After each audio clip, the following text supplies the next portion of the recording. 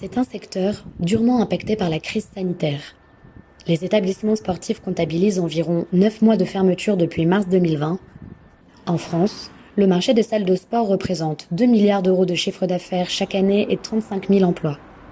Les professionnels n'ont à ce jour aucune information précise quant à la réouverture de leurs lieux et naviguent à vue.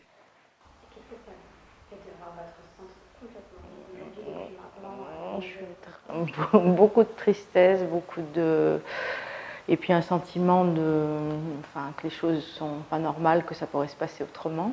On parle de 35% de capacité à la première ouverture mi-mai, donc 35% de capacité d'accueil chez nous, ça représente vraiment peu de monde, donc ça risque d'être difficile. Bénédicte salue les aides qui lui ont été versées. Son entreprise a pu bénéficier du plan garanti par l'État.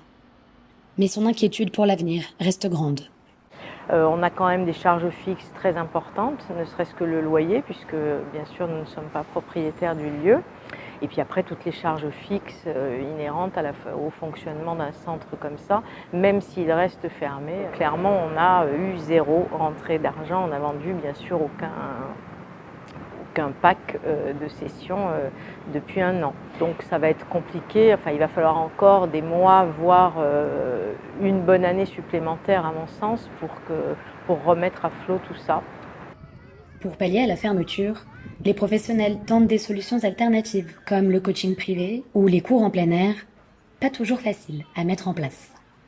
C'est clairement une solution temporaire. C'est sûr que c'est quelque chose qu'on apprécie aussi faire de temps en temps dans le sud, mais c'est clairement temporaire parce que de toute façon après dès qu'il va faire trop chaud c'est plus possible, il y a beaucoup de monde et puis on est quand même moins avec les gens, moins sur la correction, donc ouais, on s'adapte. Les lieux fermés comme les salles de sport devraient donc rouvrir à la mi-mai.